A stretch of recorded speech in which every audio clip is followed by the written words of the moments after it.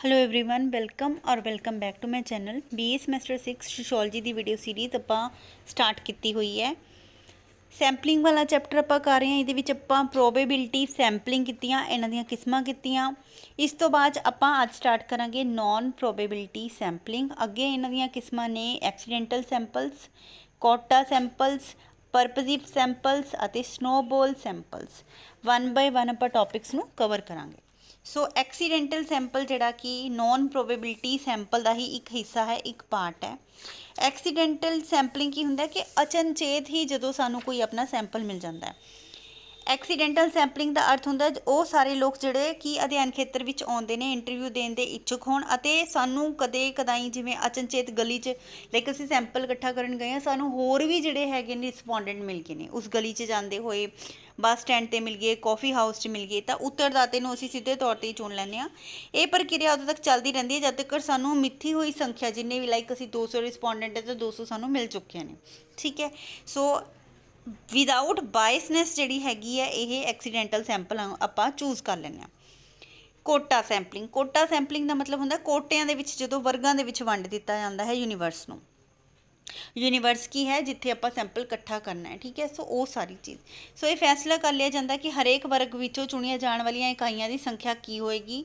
सो इसनूं जिहड़ा है आप कोटा सैंपल कहते हैं। कोटा सैंपल च की हुंदा है कि खास विशेषतावां के आधार पर कोटा निर्धारित कर लिया जाता है कि किन्ने आमदन वर्ग के किन्ने लोग लैणे है, किहड़ी जात चों किन्ने लोग लैणे है, किहड़े धर्म चों किहड़ी उम्र के किहड़े लोग लैणे। सो असीं कोटा ये चक लैंदे आं। सो कोटा आप देखते हैं कि SC ST का 33%, विमेन का 33%। सो ऐदा जिहड़ा है कि किन्नियां इहदे विच विमेन होणियां चाहीदियां ने, किन्ने SC किन्ने ST।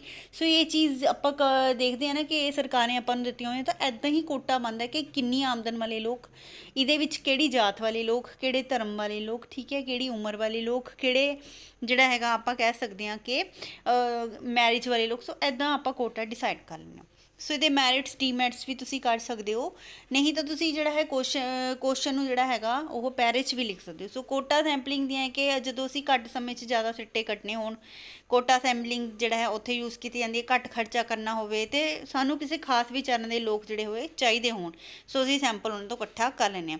लेकिन ये जिहड़ी हैगी है सधारण विधि तो खर्चीली हैगी है, क्योंकि जिहड़ा है असीं कोटा जे निर्धारित करना है उस कोटे दे लोकां नूं मिलण लई हो सकदा सानू टाइम लगे, हो सकदा सानू उत्थे एरिए काफ़ी एरियाज़ दे विच इन्हां नूं लभणा पवे। दूजी है परपजिव सैंपलिंग। परपज़ हुंदा है कि जदों कोई असीं खास परपज़ लैके चलदे हैं, किसी खास उद्देश लैके चलदे हैं, उन्होंने परपजिव सैंपलिंग कहने आ। असीं उद्देश लैके चलदे हैं। ये विधि दे विच अध्ययनकर्ता ते ही छड्ड दित्ता जांदा है कि उन्हें किहड़ियां इकाइयां चुनियां, मतलब रिसर्चर अपने मर्जी दे जिहड़ी हैगियां कि उहदा परपज़ अकॉर्डिंग जिहड़ा उहदा उद्देश है, एम है, उसके अकॉर्डिंग जिहड़ा हैगा वो इकाइयां चुनदा है, सैंपल चुनदा है। उसने खुद फैसला करना हुंदा है कि वो किवें दा सैंपल चुनेगा, किहड़ी चीज़ रिप्रजेंट करने वाली वो चुनेगा। कुछ छड्ड भी सकता है, कुछ चुन भी सकता है। सो ऐदा उहदा पूरा कंट्रोल हुंदा है। सिर्फ उन्हां इकाइयां की चोण करता है जिहड़ी भी उसनूं चाहीदी हुंदी है। तो इस दे नाल की हो जाता है, क्योंकि उसनूं पता हुंदा उसने किहड़ा सैंपल लैना हैगा, तो टाइम अते पैसा दोनों बच जाते हैं। लेकिन इस तरीके की घाट ये भी हैगी है कि इस दे विच जिहड़ा हैगा किते ना किते बायसनैस आ जाती हैगी है, किते ना किते वो सोचदा हैगा कि इत्थों ही सैंपल इकट्ठा कर लैंदे आं ना, गलत सैंपल भी वो इकट्ठा कर सकता है।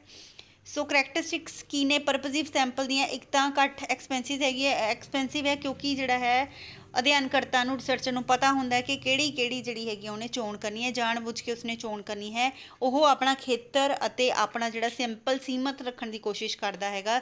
सिंपल मैथड दे नाल जिहड़ा हैगा सूची तैयार करदा है, पर्चियां दे वांगू ही, मतलब लाइक नहीं कड्ढी जांदी हैगी, ना टिप्पड मैथड वांगू कड्ढी जांदी है, ना क्लस्टर्ड सैंपलिंग वांगू कीती जांदी है। यह सिर्फ सिंपल मैथड हैगा, वो अपने दिमाग दे जो भी उसनूं पसंद हुंदा हैगा आइडिया, उसके अकॉर्डिंग जिहड़ी हैगी अपने परपज़ दे अकॉर्डिंग जिहड़ा सैंपल चुन लैंदा सिंपल मैथड के थ्रू। पॉसीबिलिटी ऑफ इंटैंसिव स्टडी, हुण क्योंकि वह सही फैसले के अकॉर्डिंग सैंपल चुनता है, वड्डा सैंपल नहीं चुनता, छोटा जिहा सैंपल चुन लैंदा, डूंघाई नाल उसकी स्टडी करता है इंटैंसिव तरीके दे नाल। असली सैंपल की संभावना, हुण इस विधि च की हुंदा है, खोज करता सहयोग ते लक दे उत्ते टिप्पड मैथड वांगू, लॉटरी मैथड वांगू, कोटे सैंपलिंग वांगू नहीं चुनता।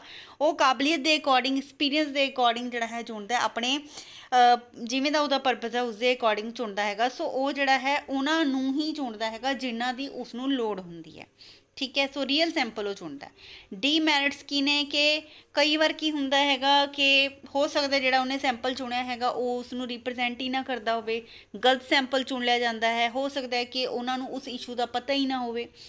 ਬਾਇਸਨੈਸ ਦੀ ਭਾਵਨਾ ਆ ਜਾਂਦੀ ਹੈਗੀ ਹੈ ਕਿਉਂਕਿ ਉਹ ਬਾਇਸਨੈਸ ਕਰ ਸਕਦਾ ਹੈ ਕਿਉਂਕਿ ਉਹਨੇ ਆਪਣੇ ਪਸੰਦ ਦੇ ਚੁਣਿਆ, ਹੋ ਸਕਦਾ ਉਹ ਬਹੁਤ ਹੀ ਜ਼ਿਆਦਾ ਇੰਟੈਲੀਜੈਂਟ ਪੀਪਲ ਰਿਸਪੋਂਡੈਂਟ ਚੁਣੇ ਹੈ ਨਾ। ਸੋ ਬਾਇਸਨੈਸ ਆ ਜਾਂਦੀ ਹੈਗੀ ਆ। Prior knowledge to the universe, so ਇਹ ਜਿਹੜਾ ਹੈ ਪੂਰਵ ਗਿਆਨ ਵੀ ਜਿਹੜਾ ਹੈਗਾ ਨਹੀਂ ਕਰ ਸਕਦਾ ਹੈਗਾ ਕਿਉਂਕਿ ਹੋ ਸਕਦਾ ਹੈਗਾ ਕਿ ਉਸਨੂੰ ਪੂਰਵ ਗਿਆਨ ਲਾਈਕ ਜਿਹੜੇ ਰਿਸਪੋਂਡੈਂਟ ਉਸਨੇ ਚੁਣੇ ਹੈ, ਹੋ ਸਕਦਾ ਹੈ ਉਹਨਾਂ ਨੂੰ ਉਸ ਚੀਜ਼ ਦੀ ਨੌਲੇਜ ਹੋਵੇ ਅਤੇ ਉਹ ਕੁਐਸਚਨ ਤਿਆਰ ਕਰੀ ਬੈਠੇ ਹੋਣ ਕਿ ਹਾਂ ਅਗਰ ਇਹ ਵਾਲਾ ਕੁਐਸਚਨ ਪੁੱਛਦਾ ਹੈ ਤਾਂ ਅਸੀਂ ਇਹ ਆਨਸਰ ਦੇਣਾ, ਇਹ ਆਨਸਰ ਦੇਣਾ। ਤਾਂ ਇਸ ਨਾਲ ਜਿਹੜੀ ਇੱਕ ਤਾਂ ਬਾਇਸਨੈਸ ਆਉਂਦੀ ਹੈਗੀ ਹੈ, ਇੱਕ ਇਹਦੇ ਨਾਲ ਮੈਨੀਪੂਲੇਸ਼ਨ ਹੋ ਜਾਂਦਾ, ਡਾਟਾ ਦਾ ਹੇਰ ਫੇਰ ਬਦਲ ਹੋ ਸਕਦੀ ਹੈ। ਸੈਂਪਲ ਤਰੁੱਟੀ ਲੱਭਣ ਵਿੱਚ ਮੁਸ਼ਕਲ, ਸੋ ਕਿਉਂਕਿ ਇਹਦੇ ਨਾਲ ਕੀ ਹੁੰਦਾ ਹੈਗਾ ਸ਼ੁੱਧਤਾ ਨਹੀਂ ਪਤਾ ਲੱਗਦੀ ਹੈਗੀ ਹੈ ਕਿ ਕੀ ਸ਼ੁੱਧਤਾ ਹੈਗੀ ਹੈ ਕਿਉਂਕਿ ਰਟਾ ਰਟਾਇਆ ਖੇਲ ਜਿਹੜਾ ਹੈਗਾ ਖੇਲਿਆ ਜਾਂਦਾ ਇਹਦੇ ਵਿੱਚ। ਸੋ ਸ਼ੱਕ ਜਿਹੜਾ ਹੈਗਾ ਸ਼ੁੱਧਤਾ 'ਤੇ ਕੀਤਾ ਜਾ ਸਕਦਾ ਹੈ। ਹੁਣ ਅੱਗੇ ਹੈ ਸਨੋਬੋਲ ਸੈਂਪਲਿੰਗ। ਸਨੋਬੋਲ ਸੈਂਪਲਿੰਗ ਦਾ ਮਤਲਬ ਕੀ ਹੁੰਦਾ ਹੈ, ਜਿਵੇਂ ਆਪਾਂ ਬਰਫ਼ ਦਾ ਗੋਲਾ ਨਹੀਂ ਬਣਾਉਂਦੇ ਹੈਗੇ, ਠੀਕ ਹੈ। ਬਰਫ਼ ਦੇ ਗੋਲੇ ਦੇ ਵਿੱਚ ਕੀ ਹੁੰਦਾ ਕਿ ਜਦੋਂ ਉਸਨੂੰ ਬਰਫ਼ ਜਿਹੜੇ ਸ਼ਿਮਲਾ ਗਏ ਹੋਣੇ ਉਹਨਾਂ ਨੂੰ ਪਤਾ ਹੋਏਗਾ ਕਿ ਜਦੋਂ ਅਸੀਂ ਛੋਟੀ ਜਿਹੀ ਬੋਲ ਬਣਾ ਕੇ ਭੇਜਦੇ ਹਾਂ ਤਾਂ ਉਸਨੂੰ ਅਗਰ ਅਸੀਂ ਰੇੜਦੇ ਹਾਂ ਤਾਂ ਉਹਦੇ ਨਾਲ ਹੋਰ ਬਰਫ਼ ਲੱਗ ਜਾਂਦੀ ਹੈ, ਠੀਕ ਹੈ। ਗੋਲਾ ਜਿਹੜਾ ਅੱਗੇ ਜਾਂਦਾ ਜਾਂਦਾ ਜਾਂਦਾ ਜਾਂਦਾ ਹੋਰ ਵੱਡਾ ਹੁੰਦਾ ਜਾਂਦਾ ਹੈ, ਠੀਕ ਹੈ। ਅਗਰ ਉਹ ਗੋਲਾ ਆਪਾਂ ਗੋਲਾ ਬਣਾ ਕੇ ਬਰਫ਼ ਦਾ ਰੱਖਦੇ ਹਾਂ, ਘੰਟੇ ਬਾਅਦ ਅਗਰ ਅਸੀਂ ਜਾ ਕੇ ਦੇਖਦੇ ਹਾਂ ਉਹ ਹੋਰ ਉਹਦੇ 'ਤੇ ਬਰਫ਼ ਪੈ ਪੈ ਕੇ ਗੋਲਾ ਜਿਹੜਾ ਹੈ ਥੋੜ੍ਹਾ ਵੱਡਾ ਹੋ ਜਾਂਦਾ ਹੈ। ਤਾਂ ਸਨੋਬੋਲ ਸੈਂਪਲਿੰਗ ਵੀ ਇੱਦਾਂ ਹੈਗੀ ਹੈ ਕਿ ਜਿਹੜੀ ਹੈ ਇੱਕ ਸੈਂਪਲਿੰਗ ਦੀ ਮੈਥਡ ਹੈਗਾ ਜਿਹਦੇ ਵਿੱਚ ਜਦੋਂ ਹੈ ਕਿ ਬਹੁਤ ਮਹੱਤਵਪੂਰਨ ਵਿਸ਼ਿਆਂ ਦੇ ਉੱਤੇ ਜਾਣਕਾਰੀ ਪ੍ਰਾਪਤ ਕੀਤੀ ਜਾਣੀ ਹੈਗੀ ਹੈ ਤਾਂ ਇਹ ਮੈਥਡ ਯੂਜ਼ ਕੀਤਾ ਜਾਂਦਾ ਹੈ। ਇਸ ਵਿੱਚ ਉੱਤਰਦਾਤਾ ਇੱਕ ਉੱਤਰਦਾਤੇ ਕੋਲੇ, ਇੱਕ ਖੋਜਕਰਤਾ ਇੱਕ ਉੱਤਰਦਾਤੇ ਕੋਲੇ ਜਾਂਦਾ ਹੈ, ਠੀਕ ਹੈ। ਰਿਸਪੋਂਡੈਂਟ ਹੈ ਉਸਦੇ ਕੋਲ ਜੋ ਰਿਸਰਚਰ ਜਾਂਦਾ ਹੈ, ਉਸ ਤੋਂ ਬਾਅਦ 'ਚ ਆਪਣੇ ਵਿਸ਼ੇ ਨਾਲ ਸੰਬੰਧਿਤ ਜਾਣਕਾਰੀ ਪ੍ਰਾਪਤ ਕਰਦਾ, ਠੀਕ ਹੈ। ਸੋ ਫਿਰ ਉਹ ਉਸ ਤੋਂ ਪੁੱਛਦਾ ਕਿ ਤੇਰੇ ਵਰਗੇ ਮਤਲਬ ਲਾਈਕ ਆਪਾਂ ਨੇ BA ਦੇ ਵਿਦਿਆਰਥੀਆਂ ਦੇ ਉੱਤੇ ਕੋਈ ਰਿਸਰਚ ਕਰਨੀ ਹੈ ਤਾਂ ਆਪਾਂ ਉਹਦੇ ਕੋਲ ਜਾ ਕੇ ਅਗਰ ਪੁੱਛਦੇ ਹੈਗੇ ਕਿ BA ਦੇ ਸਕਾਲਰਸ਼ਿਪ ਬਾਰੇ ਜਿਹੜੀ ਹੈਗੀ ਆ ਅਸੀਂ ਇਨਫੋਰਮੇਸ਼ਨ ਲੈਣੀ ਆ, ਠੀਕ ਹੈ। ਤਾਂ ਉਹ ਕਹੇਗਾ, ਅਸੀਂ ਉਹਨੂੰ ਪੁੱਛਦੇ ਹਾਂ ਵੀ ਤੈਨੂੰ ਕੋਈ ਹੋਰ BA ਵਾਲਾ ਜਾਣਦਾ, ਤਾਂ ਉਹ ਕਹੇਗਾ ਵੀ ਹਾਂ ਮੈਨੂੰ BA ਵਾਲਾ ਜਾਣਦਾ ਜਾਂ ਨਹੀਂ ਜਾਣਦਾ। ਹੋ ਸਕਦਾ ਕਈਆਂ ਨੂੰ ਨਾ ਜਾਣਦੇ ਹੋਣ, ਹੋ ਸਕਦਾ ਕਿਸੇ ਦਾ ਫਰੈਂਡ ਸਰਕਲ ਕਾਫੀ ਜ਼ਿਆਦਾ ਹੋਵੇ, ਤਾਂ ਹੋ ਸਕਦਾ ਉਹ ਸਾਨੂੰ ਦੱਸੇ ਕਿ ਹਾਂਜੀ ਫਲਾਣੀ ਥਾਂ 'ਤੇ ਫਲਾਣੀ ਗਲੀ 'ਚ ਜਾਓਗੇ ਤਾਂ ਉੱਥੇ ਜਿਹੜਾ ਹੈ ਤੁਹਾਨੂੰ ਹੋਰ ਰਿਸਪੋਂਡੈਂਟ ਮੇਰੇ ਵਰਗੇ ਮਿਲ ਜਾਣਗੇ, ਠੀਕ ਹੈ। ਫਿਰ ਆਪਾਂ ਉਹਦੇ ਕੋਲ ਜਾਂਦੇ ਹਾਂ, ਉਸ ਤੋਂ ਬਾਅਦ 'ਚ ਉਹ ਤੋਂ ਪੁੱਛਦੇ ਹਾਂ, ਤਾਂ ਇੱਦਾਂ ਸਾਨੂੰ ਜਿਹੜਾ ਹੈਗਾ ਰਿਸਪੋਂਡੈਂਟ ਤੋਂ ਹੋਰ ਰਿਸਪੋਂਡੈਂਟ ਹੋਰ ਰਿਸਪੋਂਡੈਂਟ ਹੋਰ ਰਿਸਪੋਂਡੈਂਟ ਜਿਹੜੇ ਆ ਮਿਲੀ ਜਾਂਦੇ ਆ। ਤਾਂ ਸਾਡੇ ਕੋਲ ਜਿਹੜੀ ਹੈ ਇੱਕ ਤਾਂ ਰਿਸਪੋਂਡੈਂਟ, ਇੱਕ ਸਾਡੇ ਕੋਲ ਇਨਫੋਰਮੇਸ਼ਨ ਡਾਟਾ ਬਹੁਤ ਜ਼ਿਆਦਾ ਕਲੈਕਟ ਹੋ ਜਾਂਦਾ। ਇਹਨੂੰ ਆਪਾਂ ਜਿਹੜਾ ਹੈਗਾ ਸਨੋਬੋਲ ਸੈਂਪਲਿੰਗ ਕਹਿੰਦੇ ਹਾਂ। ਸੋ ਕਿਉਂਕਿ ਆਪਾਂ ਉਹਨੂੰ ਦੱਸਦੇ ਹਾਂ ਕਿ ਸਾਡੇ ਕੋਲ ਜਿਹੜੀ ਹੈਗੀ ਰਿਸਪੋਂਡੈਂਟ ਮਿਲ ਨਹੀਂ ਰਹੇ ਹੈਗੇ ਤਾਂ ਉਹ ਦੱਸਦਾ ਕਿ ਹਾਂ ਜੀ ਮੇਰੇ ਨੋਨ 'ਚ ਹੈਗੇ ਨੇ ਜੀ, ਤੁਸੀਂ ਇੱਥੇ ਚਲੇ ਜਾਓ, ਤੁਸੀਂ ਉੱਥੇ ਚਲੇ ਜਾਓ, ਤੁਸੀਂ ਫਲਾਣੀ ਸਕੂਲ 'ਚ ਚਲੇ ਜਾਓ, ਫਲਾਣੇ ਕਾਲਜ 'ਚ ਚਲੇ ਜਾਓ। ਤਾਂ ਇੱਦਾਂ ਜਿਹੜੀ ਹੈਗੀ ਸਾਡੀ ਜਾਣਕਾਰੀ ਹੋਰ ਵੀ ਜ਼ਿਆਦਾ ਜਿਹੜੀ ਹੈਗੀ ਹੈ ਪ੍ਰਾਪਤ ਕੀਤੀ ਜਾ ਸਕਦੀ ਹੈ। ਲਾਈਕ ਜੇ ਅਸੀਂ ਇਹਨਾਂ ਨੇ ਐਗਜ਼ਾਮਪਲ ਵੀ ਦਿੱਤੀ ਹੈ ਕਿ ਲਾਈਕ ਜੇ ਅਸੀਂ ਡੋਮੈਸਟਿਕ ਵਾਇਲੈਂਸ ਦੇ ਬਾਰੇ ਪੁੱਛਣਾ ਹੋਵੇ ਜਾਂ ਫਿਰ ਡਰੱਗਸ ਦੇ ਬਾਰੇ ਪੁੱਛਣਾ ਹੋਵੇ ਤਾਂ ਲਾਈਕ ਅਸੀਂ ਡਰੱਗ ਦੇ ਉੱਤੇ ਕੋਈ ਵੀ ਸਟੱਡੀ ਕਰਨੀ ਹੈ ਤਾਂ ਅਸੀਂ ਇੱਕ ਡਰੱਗ ਐਡਿਕਟ ਕੋਲੇ ਜਾਂਦੇ ਹਾਂ ਤਾਂ ਅਸੀਂ ਉਸ ਤੋਂ ਪੁੱਛਦੇ ਹਾਂ ਵੀ ਤੂੰ ਸਮਾਨ ਕਿੱਥੋਂ ਲਿਆ ਹੈ ਨਾ, ਤੇਰੇ ਨਾਲ ਹੋਰ ਕੌਣ ਕੌਣ ਕਰਦਾ ਨਸ਼ੇ, ਤਾਂ ਉਹ ਦੇ ਦਿੰਦੇ ਫਲਾਣਾ ਬੰਦਾ ਕਰਦਾ। ਅਸੀਂ ਉਹਦੇ ਕੋਲ ਜਾਂਦੇ ਹਾਂ, ਹੋਰ ਨਸ਼ਿਆਂ ਬਾਰੇ ਪੁੱਛ ਸਕਦੇ ਹਾਂ, ਦੂਜੇ ਵੀ ਹੋਰ ਕੌਣ ਕਰਦੇ ਆ। ਤਾਂ ਇੱਦਾਂ ਸਾਡੇ ਕੋਲ ਕਾਫੀ ਸਾਰਾ ਡਾਟਾ ਜਿਹੜਾ ਹੈ ਕਲੈਕਟ ਹੋ ਜਾਂਦਾ, ਤਾਂ ਇਹਨੂੰ ਆਪਾਂ ਸਨੋਬੋਲ ਸੈਂਪਲਿੰਗ ਕਹਿੰਦੇ ਹਾਂ। ਸੈਂਪਲਿੰਗ ਦੇ ਗੁਣ ਕੀ ਨੇ? ਸੈਂਪਲਿੰਗ ਦੇ ਬਹੁਤ ਸਾਰੇ ਗੁਣ ਨੇ। ਡੂੰਘਾ ਅਧਿਐਨ ਜਿਹੜਾ ਹੈਗਾ ਆਪਾਂ ਕਰ ਸਕਦੇ ਹੈਗੇ ਹਾਂ। ਖੋਜ ਖੇਤਰ ਜਿਹੜਾ ਹੈ ਛੋਟਾ ਹੋਣਾ ਚਾਹੀਦਾ ਹੈ, ਲੇਕਿਨ ਜੇ ਇਹ ਕਹਿ ਰਹੇ ਨੇ ਕਿ ਜੇ ਆਪਾਂ ਨੂੰ ਇੰਟੈਂਸਿਵ ਸਟੱਡੀ ਕਰਨੀ ਹੈ, ਤੈਅ ਤੱਕ ਪਹੁੰਚਣਾ, ਤਾਂ ਸਾਡਾ ਸੈਂਪਲ ਜਿਹੜਾ ਹੈ ਛੋਟਾ ਹੋਣਾ ਚਾਹੀਦਾ। ਜਿੰਨਾ ਵੱਡਾ ਸੈਂਪਲ ਕਰੋਗੇ ਤੁਸੀਂ ਚੰਗੀ ਤਰ੍ਹਾਂ ਉਸਨੂੰ ਨਹੀਂ ਪਰਖ ਸਕਦੇ। ਚੰਗਾ ਡਾਟਾ ਤਾਂ ਤੁਸੀਂ ਕਲੈਕਟ ਕਰ ਸਕਦੇ ਹੋ ਲੇਕਿਨ ਇਨਫੋਰਮੇਸ਼ਨ ਅੱਛੀ ਤਰ੍ਹਾਂ ਕਲੈਕਸ਼ਨ ਨਹੀਂ ਹੋਏਗੀ, ਤੁਸੀਂ ਇੰਟੈਂਸਿਵ ਸਟੱਡੀ ਨਹੀਂ ਕਰ ਪਾਓਗੇ। ਤਾਂ ਡੂੰਘਾ ਅਧਿਐਨ ਕਰਨ ਲਈ ਕੀ ਹੈਗਾ, ਛੋਟਾ ਜਿਹਾ ਸੈਂਪਲ ਚੁਣ ਲਿਆ ਜਾਂਦਾ ਹੈਗਾ। ਲਾਈਕ ਪੰਜਾਬ ਦੇ ਕੋਈ ਏਰੀਏ ਦੀ ਅਸੀਂ ਨਸ਼ਿਆਂ ਦਾ ਪੰਜਾਬ ਦੇ ਉੱਤੇ ਦੇਖਣਾ ਹੈਗਾ ਅਸਰ, ਤਾਂ ਅਸੀਂ ਛੋਟੇ ਜਿਹੇ ਇਲਾਕੇ ਜਿੱਥੇ ਆਪਾਂ ਨੂੰ ਲੱਗਦਾ ਹੈਗਾ ਕਿ ਇੱਥੇ ਨਸ਼ੇ ਵਾਲੇ ਬਹੁਤ ਨੇ ਤਾਂ ਆਪਾਂ ਉੱਥੇ ਜਿਹੜੇ ਹੈ ਸਟੱਡੀ ਕਰਕੇ ਬਾਕੀ ਦੇ ਉੱਤੇ ਜਰਨਲਾਈਜ਼ ਇਸ ਨੂੰ ਕਰ ਸਕਦੇ। ਸਮੇਂ ਦੀ ਬੱਚਤ, ਸੈਂਪਲਿੰਗ ਦੇ ਨਾਲ ਕੀ ਹੁੰਦਾ, ਸਮੇਂ ਦੀ ਬੱਚਤ ਬਹੁਤ ਜ਼ਿਆਦਾ ਜਿਹੜੀ ਹੈਗੀ ਹੈ ਹੋ ਜਾਂਦੀ ਹੈਗੀ ਹੈ। ਟਾਈਮ ਸਮੇਂ ਸਿਰ ਛੇਤੀ ਪੂਰਾ ਹੋ ਜਾਂਦਾ ਹੈ। ਪੈਸੇ ਦੀ ਵੀ ਬੱਚਤ ਹੁੰਦੀ ਹੈ ਕਿਉਂਕਿ ਜਦ ਅਸੀਂ ਸਾਰੇ ਪੰਜਾਬ 'ਚ ਘੁੰਮਾਂਗੇ ਇਸ ਤੋਂ ਚੰਗਾ ਅਸੀਂ ਇੱਕ ਏਰੀਏ ਦੇ ਵਿੱਚ ਇੱਕ ਸਿਟੀ ਦੇ ਵਿੱਚ ਘੁੰਮੀਏ, ਇੱਕ ਸ਼ਹਿਰ ਇੱਕ ਇਹਦੇ ਵਿੱਚ ਘੁੰਮੀਏ, ਇਹਦੇ ਨਾਲ ਸਾਡੇ ਕੋਲ ਜਿਹੜਾ ਹੈ ਡਾਟਾ ਕਲੈਕਟ ਹੋ ਜਾਏਗਾ। ਮਨੁੱਖੀ ਸ਼ਕਤੀ ਦੀ ਬੱਚਤ ਹੋ ਜਾਂਦੀ ਹੈ ਕਿਉਂਕਿ ਇੰਨੀ ਜ਼ਿਆਦਾ ਰਿਸਪੋਂਡੈਂਟ ਕੋਲੇ ਜਾਣਾ ਬਹੁਤ ਮੁਸ਼ਕਿਲ ਹੋ ਜਾਂਦਾ ਹੈ। ਟਾਈਮ ਅਤੇ ਪੈਸੇ ਦੀ ਵੀ ਜਿਹੜੀ ਹੈ ਵੇਸਟੇਜ ਹੁੰਦੀ ਹੈ, ਤਾਂ ਮਨੁੱਖੀ ਸ਼ਕਤੀ ਦੀ ਬੱਚਤ ਕੀਤੀ ਜਾ ਸਕਦੀ ਹੈ। ਮੋਰ ਕੋਆਪਰੇਸ਼ਨ ਐਂਡ ਰਿਸਪੋਂਸਿਵ ਰੇਟ, ਹੁਣ ਕਿਉਂਕਿ ਸੈਂਪਲਿੰਗ ਅਸੀਂ ਛੋਟਾ ਚੁਣਿਆ ਤਾਂ ਉੱਤਰਦਾਤਾਵਾਂ ਦੀ ਵੀ ਜਿਹੜੀ ਹੈਗੀ ਆ ਵਧੀਆ ਰਿਸਪੌਂਸ ਆਏਗਾ, ਹੈ ਨਾ। ਵੇਸਟੇਜ ਘੱਟ ਹੋਏਗੀ, ਇਸ ਕਰਕੇ ਜਿਹੜੀਆਂ ਹੈ ਸਹੂਲਤਾਂ ਵੀ ਸਾਨੂੰ ਮਿਲ ਜਾਣਗੀਆਂ। ਦੂਜੀ ਗੱਲ ਹੈ ਜਿਹੜਾ ਡਾਟਾ ਸਾਡਾ ਇੱਧਰ ਉੱਧਰ ਖਿਲ ਰਿਹਾ ਹੋਏਗਾ ਉਹ ਵੀ ਨਹੀਂ ਖਿਲ ਰਹੇਗਾ ਕਿਉਂਕਿ ਸਾਡੇ ਕੋਲ ਸੈਂਪਲ ਛੋਟਾ ਹੋਏਗਾ। Administrative convenience. ਸੋ ਕਿਉਂਕਿ ਛੋਟਾ ਜਿਹੜਾ ਡਾਟਾ ਹੈ, ਸੈਂਪਲ ਲੈਂਦੇ ਹਾਂ ਆਪਾਂ, ਹੈ ਨਾ, ਆਪਣੀ ਮਨਪਸੰਦ ਦਾ ਸੈਂਪਲ ਲੈਂਦੇ ਹਾਂ, ਦੇਖ ਕੇ ਲੈਂਦੇ ਹਾਂ ਕਿ ਸਾਨੂੰ ਕਿਹੜੀ ਚੀਜ਼ ਚਾਹੀਦੀ ਹੈਗੀ, ਤਾਂ ਉਹਦੇ ਨਾਲ ਕੀ ਹੁੰਦਾ ਹੈਗਾ, ਸੌਖਾ ਕੰਮ ਹੋ ਜਾਂਦਾ, ਸਰਲ ਆਸਾਨੀ ਨਾਲ ਹੋ ਜਾਂਦਾ ਹੈਗਾ, ਅਤੇ ਦਸਤਾਵੇਜ਼ ਸੰਭਾਲ ਕੇ ਰੱਖਣ ਦੇ ਵਿੱਚ ਵੀ ਸਾਨੂੰ ਕੋਈ ਪ੍ਰੋਬਲਮ ਨਹੀਂ ਆਉਂਦੀ, ਅਤੇ ਪ੍ਰਸ਼ਾਸਨਿਕ ਸੁਵਿਧਾ ਜਿਹੜੀ ਹੈ ਸਾਨੂੰ ਮਿਲ ਜਾਂਦੀ ਹੈ। ਲੈਸ ਚਾਂਸਿਸ ਆਫ ਮਿਸਟੇਕਸ। ਹੁਣ ਜੇ ਸੈਂਪਲ ਸਾਡਾ ਠੀਕ ਠਾਕ ਛੋਟਾ ਹੈ ਤਾਂ ਸਾਡੀਆਂ ਮਿਸਟੇਕਸ ਘੱਟ ਹੋਣਗੀਆਂ। ਜਿੰਨਾ ਵੱਡਾ ਸੈਂਪਲ ਹੋਏਗਾ ਓਨੇ ਵੱਡੇ ਲੋਕਾਂ ਨੂੰ ਮਿਲਣਾ ਹੋਏਗਾ, ਉਨੀਆਂ ਗਲਤੀਆਂ ਜ਼ਿਆਦਾ ਹੋਣਗੀਆਂ। Possibility of rechecking of data. ਜਿੰਨਾ ਜ਼ਿਆਦਾ ਛੋਟਾ ਡਾਟਾ ਹੋਏਗਾ ਤਾਂ ਉਹਨੂੰ ਆਪਾਂ ਰੀਚੈਕਿੰਗ ਜਿਹੜੀ ਹੈਗੀ ਆ ਕਰ ਸਕਦੇ ਹਾਂ।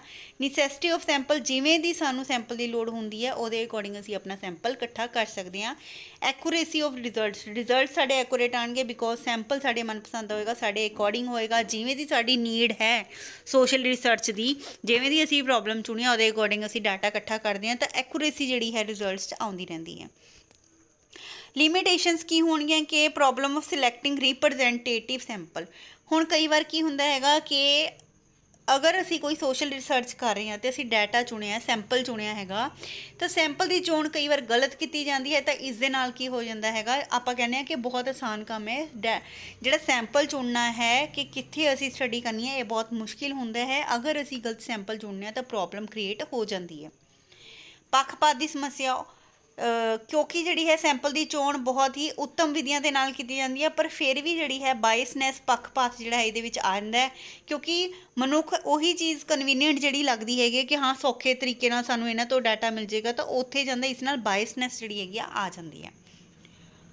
Problem of fixation of proper size of the sample. ਕਿਉਂਕਿ ਕਈ ਵਾਰ ਸਾਈਜ਼ ਹੀ ਨਹੀਂ ਪਤਾ ਲੱਗਦਾ ਹੈਗਾ ਕਿ ਕਿੱਡਾ ਕੁ ਵੱਡਾ ਲਈਏ, ਕਿੱਡਾ ਕੁ ਛੋਟਾ ਲਈਏ, ਸੋ ਇਹ ਵੀ ਪ੍ਰੋਬਲਮ ਜਿਹੜੀ ਹੈਗੀ ਆ ਹੋ ਜਾਂਦੀ ਹੈ। Problem of measurement of reliability and validity. ਹੁਣ ਕਿਸੇ ਵੀ ਸੈਂਪਲ ਦੇ ਆਧਾਰ 'ਤੇ ਕੀਤੇ ਹੋਏ ਨਤੀਜੇ ਜਿਹੜੇ ਹੈ, ਕਈ ਵਾਰ ਇਹ ਹੁੰਦਾ ਕਿ ਵਿਸ਼ਵਾਸਯੋਗ ਹੈਗੇ, ਪ੍ਰਮਾਣਿਕਤਾ ਦੇ ਅਕੋਰਡਿੰਗ ਹੈਗੇ ਹੈ ਕਿ ਨਹੀਂ। ਨਾਪ ਤੋਲ ਕਰਨਾ ਬਹੁਤ ਜ਼ਰੂਰੀ ਹੈ, ਲੇਕਿਨ ਅਗਰ ਡਾਟਾ ਬਹੁਤ ਜ਼ਿਆਦਾ ਹੈ ਵੱਡਾ, ਉਸ ਦਾ ਵੀ ਵੈਰੀਫਿਕੇਸ਼ਨ ਕਰਨੀ ਔਖੀ ਹੈ, ਬਹੁਤ ਛੋਟੇ ਡਾਟੇ ਦੀ ਵੀ ਵੈਰੀਫਿਕੇਸ਼ਨ ਕਰਨੀ ਔਖੀ ਹੋ ਜਾਂਦੀ ਹੈ। ਸੋ ਇਹ ਸੀ ਅੱਜ ਦਾ ਵੀਡੀਓ। ਮਿਲਦੇ ਹਾਂ ਆਪਾਂ ਨਵੇਂ ਵੀਡੀਓ ਦੇ ਨਾਲ। ਧੰਨਵਾਦ।